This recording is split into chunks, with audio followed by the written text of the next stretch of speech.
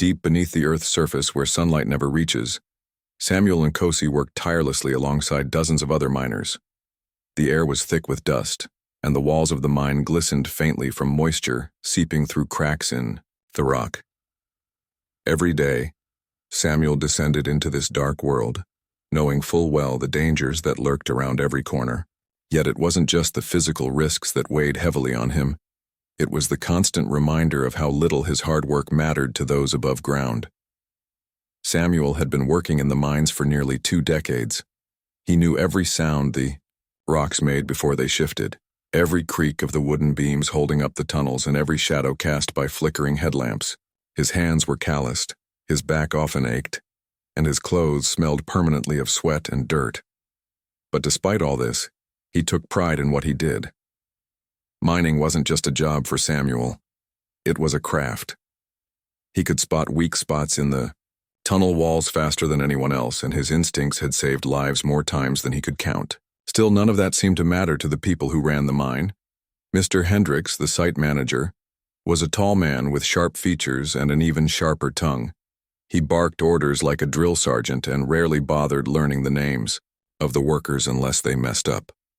To him, men like Samuel were replaceable, just another pair of hands to dig deeper into the earth. Though Mr. Hendricks wasn't cruel without reason, he carried the biases of his upbringing. Samuel noticed how he would nod curtly at white workers, offering them small praises or promotions when they performed well. But for black miners like Samuel, there was only silence, no matter how much effort they put in. At home, Samuel tried not to dwell on these injustices. He lived in a modest house on the outskirts of town with his wife Thandi and their 2 young children. They didn't have much, but Samuel made sure his family never went hungry.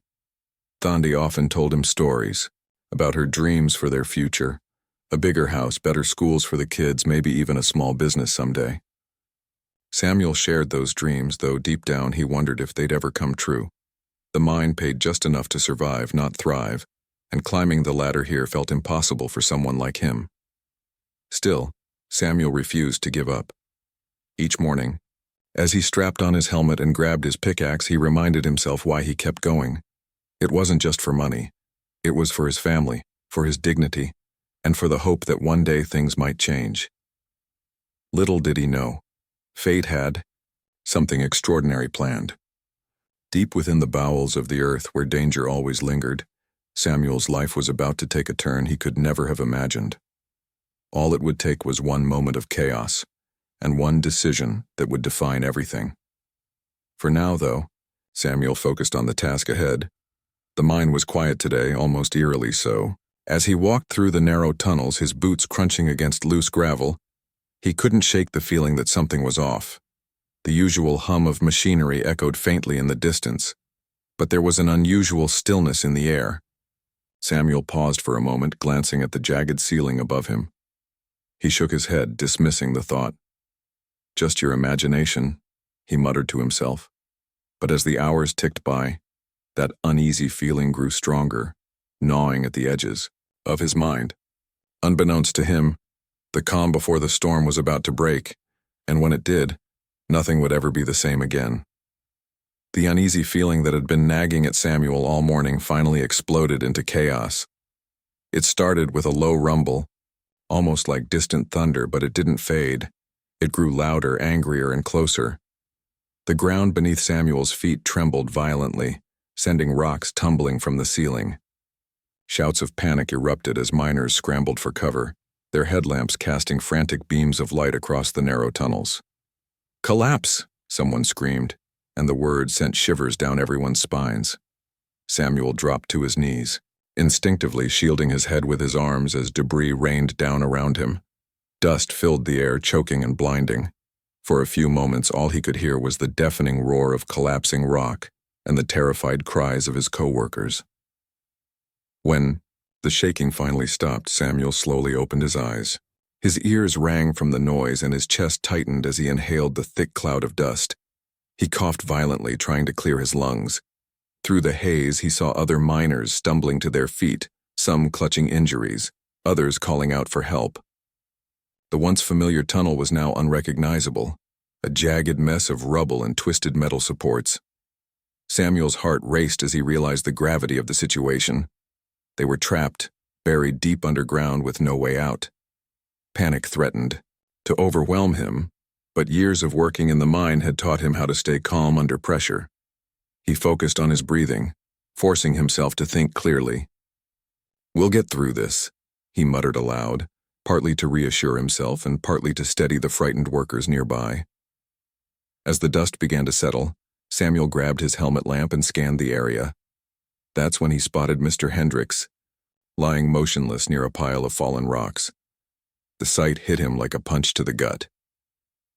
Despite their strained relationship, Samuel couldn't ignore the fact that his boss, flawed though he might be, was human, just like everyone else.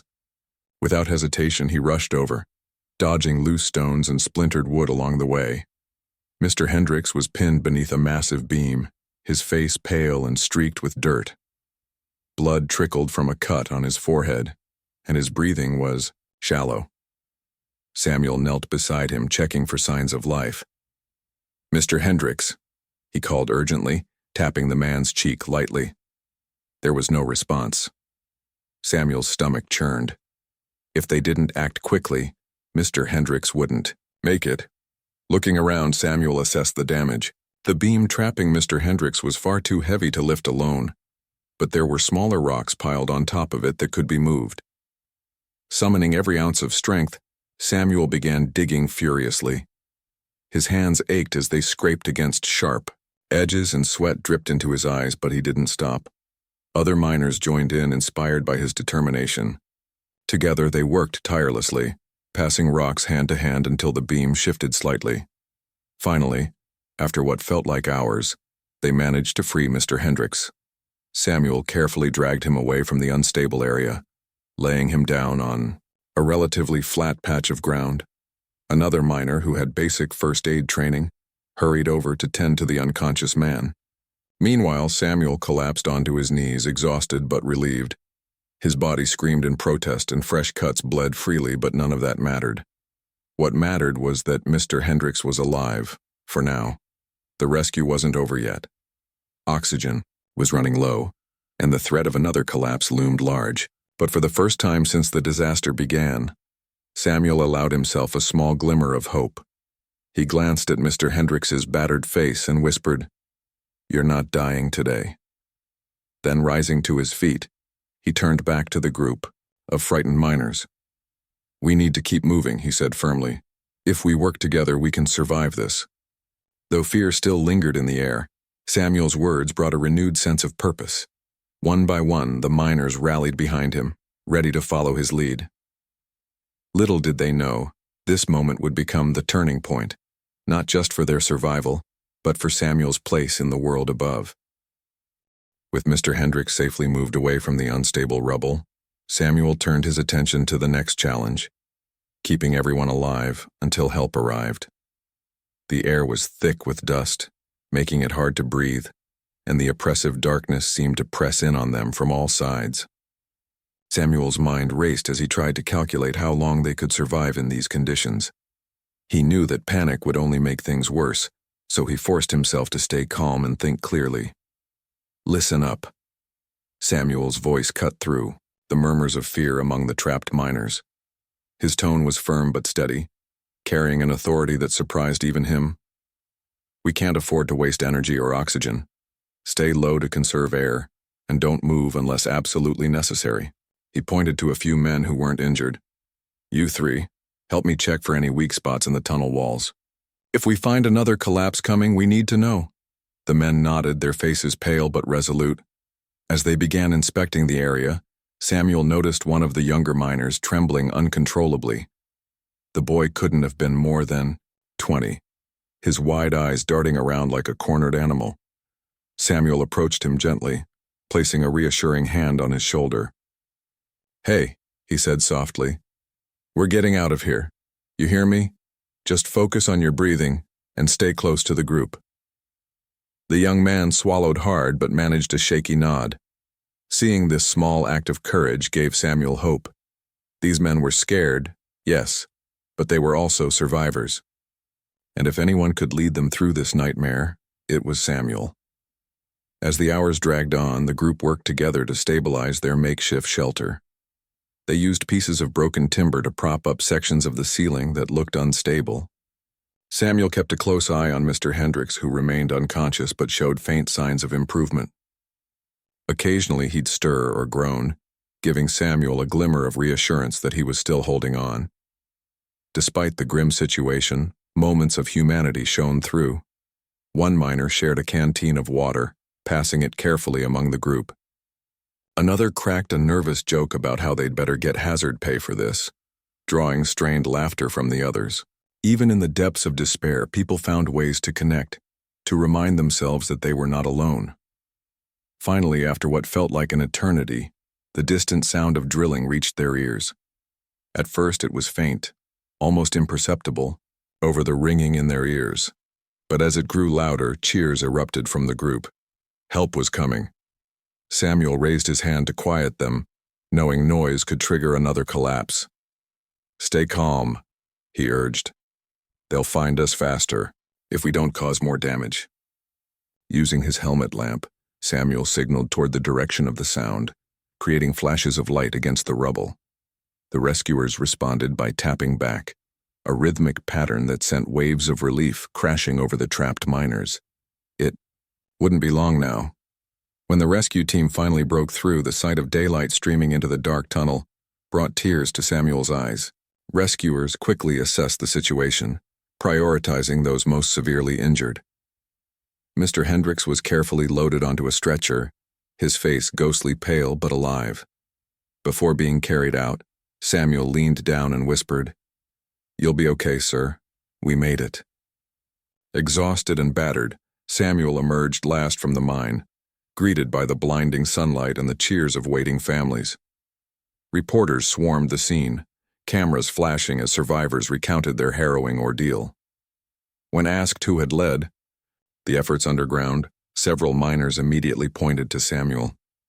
"If it weren't for him," one said hoarsely, "none of us would be here." As Samuel stood there, blinking in the bright light, he felt a strange mix of emotions: pride, relief, and a lingering sense of unease.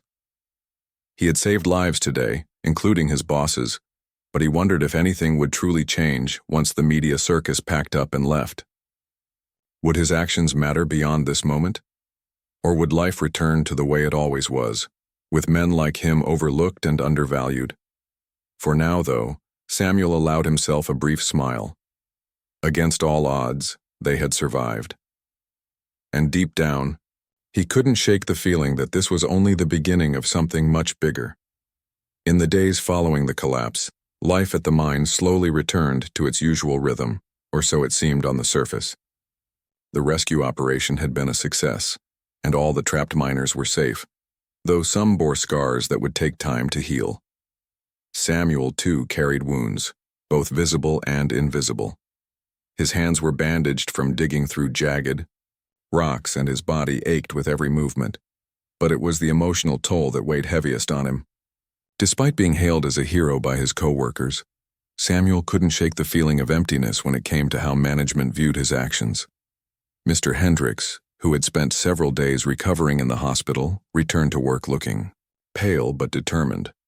To Samuel's surprise, the man didn't mention the incident directly, not during meetings or even in passing conversations. It was as if that fateful day underground had never happened. At first, Samuel tried to brush it off, telling himself that perhaps Mr. Hendricks wasn't one for public displays of gratitude. But as weeks turned into months, the silence gnawed at him.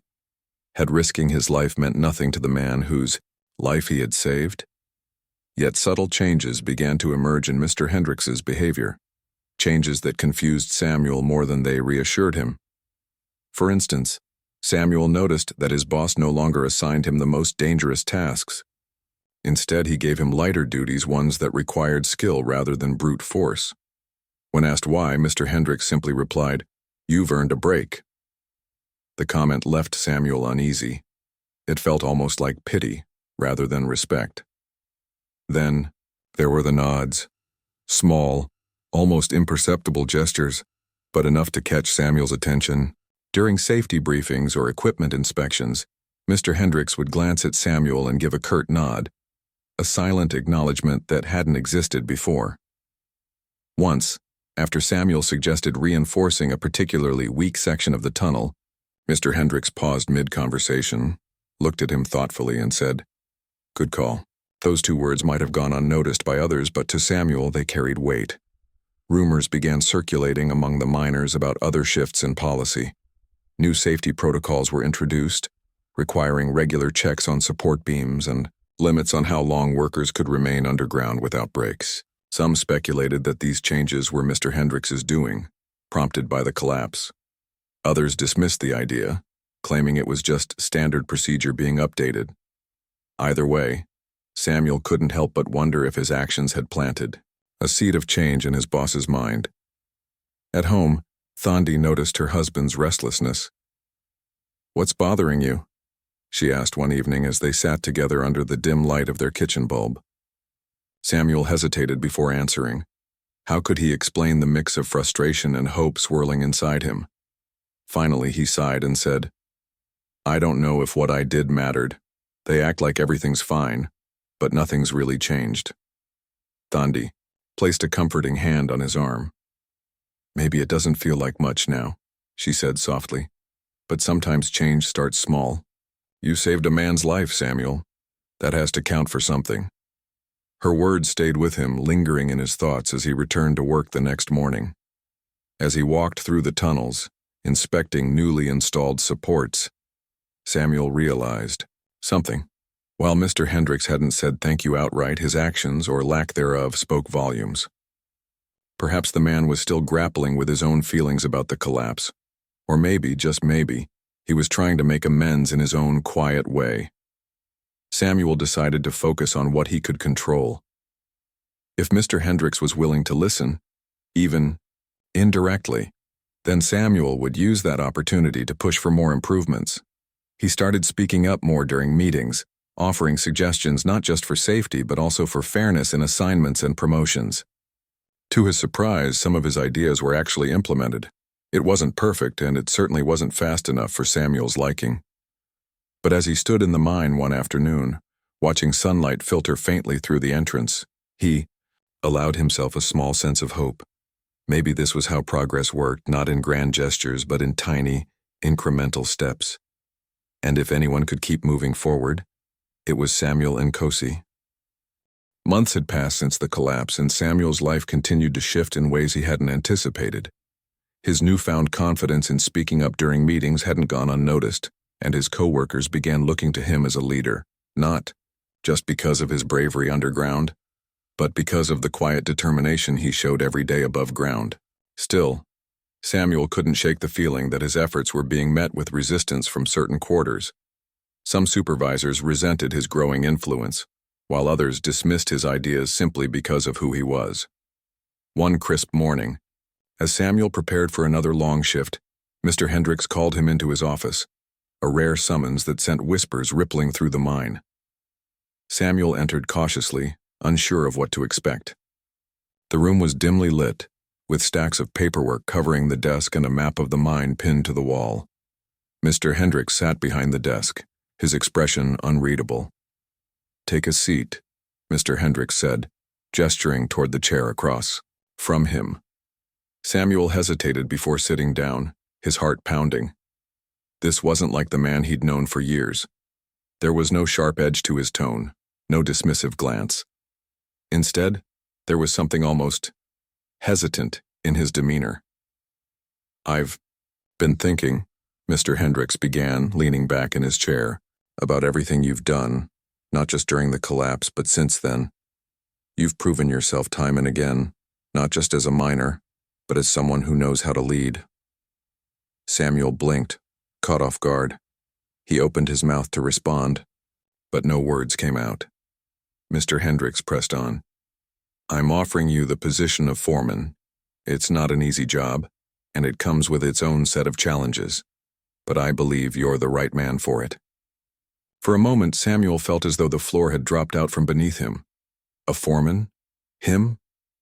The idea was almost incomprehensible.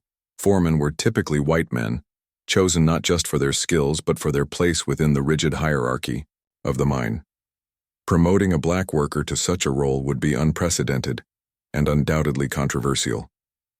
I don't know what to say, Samuel stammered, his mind racing. He thought about the risks, the resentment he'd face from higher-ups, the potential backlash from his community, the weight of responsibility that came with such a title. But he also thought about the opportunities, the chance to make real change, to advocate for his fellow miners, to prove that someone like him could rise above the barriers placed in his path. Mr. Hendricks seemed to sense his hesitation. I won't lie to you, Samuel. There will be pushback, people won't like it. But if anyone can handle it, it's you. You've already shown us what you're capable of. Samuel took a deep breath, his thoughts swirling. He thought of Thandi, who always encouraged him to dream bigger. He thought of his children, whose futures depended on the choices he made today. And he thought of all the miners who looked up to him, hoping for a better tomorrow. Could he really turn this down? Finally he nodded, his voice firm despite the storm of emotions inside him. I'll do it, he said. But not just for me, for everyone who deserves a fair shot.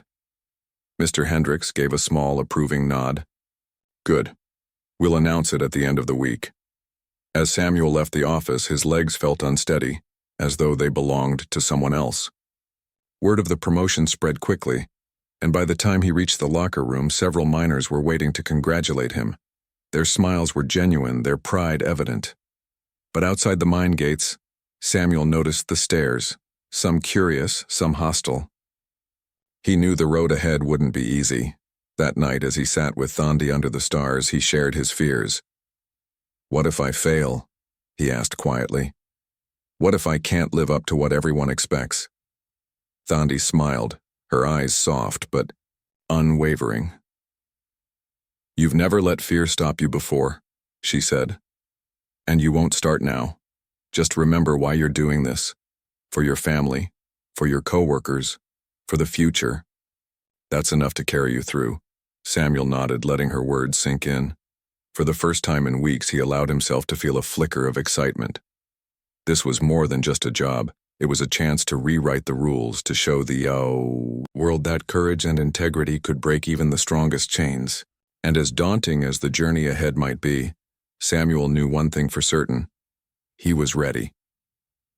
Samuel's first day as foreman was met with a mix of curiosity, skepticism, and outright hostility. As he walked through the mine tunnels, his presence felt different, both to himself and to those around him. The badge on his helmet gleamed under the dim lights, a small but powerful symbol of change. Some miners tipped their hats in respect, while others avoided eye contact altogether. It was clear that not everyone was ready to accept him in this new role. Among the supervisors, resistance simmered just below the surface. A few openly questioned his qualifications, muttering about favoritism or claiming the promotion was nothing more than a publicity stunt. One supervisor, Greg, went so far as to challenge Samuel in front of the crew during a safety briefing. You think you're cut out for this? Greg sneered, crossing his arms. This isn't about digging rocks anymore. It's about making tough decisions. Samuel didn't flinch.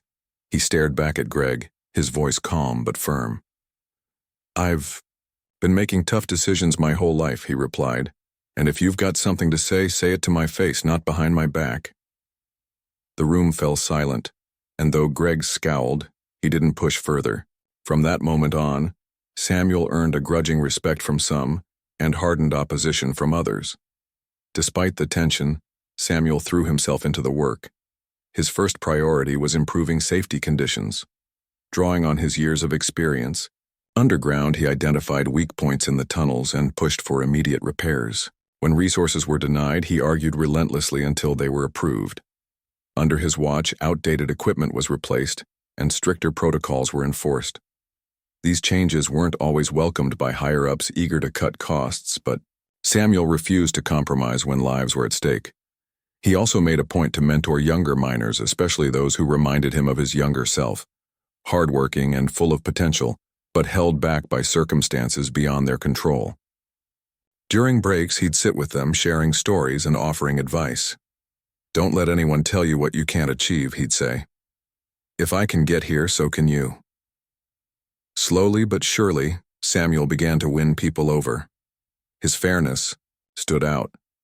Unlike some supervisors who played favorites, Samuel treated everyone equally, regardless of race or background. When disputes arose between workers, he listened patiently before making decisions, earning a reputation as someone who valued justice over convenience.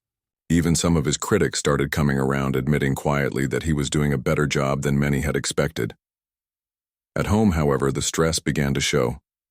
Thandi noticed how late nights spent reviewing reports or planning strategies left Samuel drained. Occasionally, threatening notes appeared near their house, warning him to step down. Once, a rock shattered their front window. Though shaken, Samuel refused to be intimidated. With Thandi's support, he hired security and pressed on, determined not to let fear dictate his actions. The turning point came during a routine inspection when Samuel discovered a dangerously unstable section of the mine that management had ignored despite warnings. When he demanded an immediate shutdown for repairs, executives balked, citing production losses. But Samuel wouldn't back down. "If we don't fix this now," he said firmly, "we'll have another collapse, and next time we might not be so lucky." To everyone's surprise, Mr. Hendricks backed him up. In a rare public statement, he supported Samuel's decision, citing the importance of worker safety over profit margins. The shutdown caused delays, but it saved lives and proved to the Yedi miners that Samuel was willing to fight for them. As weeks turned into months, Samuel's influence grew. Workers trusted him. Executives, even reluctant ones, respected his dedication. And though challenges remained, Samuel found strength in knowing he was paving the way for others. Each small victory reminded him why he had taken the job in the first place, not for glory but for the hope of a brighter future, for himself, his family, and every miner dreaming of a better tomorrow. Years passed, and Samuel's journey from miner to foreman became the stuff of legend in the community. His name was spoken with pride, not just by his family, but by miners across the region who saw him as proof that change was possible, even in a world stacked against them. The challenges hadn't disappeared, far from it, but Samuel had faced each one head-on, refusing to let setbacks define him. And slowly, almost imperceptibly, he began to reshape the mining industry from within. One of Samuel's proudest achievements came when he successfully lobbied for the implementation of a training program aimed at preparing black workers for leadership roles. At first, the idea was met with resistance from executives who claimed it would disrupt operations or lower standards. But Samuel countered their arguments with data, showing how investing in skilled workers improved efficiency and morale. He also shared personal stories of talented individuals being overlooked simply because of their race. "We're wasting potential," he told the board during a heated meeting, "and we can't afford to do that anymore." The program launched, quietly at first with only a handful of participants. But its impact was undeniable. Within months, several graduates were promoted to supervisory positions, breaking barriers that had stood for generations. For many, seeing someone like themselves rise through the ranks was more than inspiring, it was empowering. It gave them hope that they too could dream bigger, aim higher, and demand fairness. Samuel's influence extended beyond the mine itself. As word of his efforts spread, journalists began writing articles about him, highlighting his courage and determination. Documentaries followed, capturing not only his story but the broader struggles of miners fighting for equality. Schools invited him to speak to students, where he encouraged young people to believe in themselves and strive for excellence despite the odds. "Your circumstances don't define you," he'd say, standing tall before rows of wide-eyed children. "What defines you is what you choose to do with those circumstances." But perhaps the most profound shift came in the relationships between workers and management. Under Samuel's guidance, communication improved and tensions eased. At least somewhat. Workers felt heard, knowing they had a voice in Samuel who understood their struggles firsthand. Executives, though still profit-driven, began recognizing the value of treating employees fairly. Productivity rose, accidents decreased, and the mine became known as one of the safest in the region. Even Mr. Hendricks, nearing retirement, acknowledged Samuel's transformative impact. In a farewell speech to the staff, he praised Samuel openly, calling him the heart and soul of this operation. For Samuel, hearing those words carried a weight he hadn't expected. It wasn't just validation.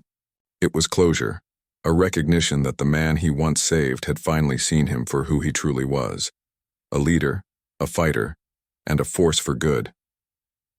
As Samuel climbed the corporate ladder further, eventually becoming one of the highest-ranking black executives in the mining sector, he never forgot his roots. Every promotion, every accolade reminded him of the sacrifices made by those who came before him. He used his position to advocate tirelessly for workers' rights, pushing for policies that ensured fair wages, safer conditions, and equal opportunities for all. Yet, success came with risks. Threats continued, some escalating to dangerous levels.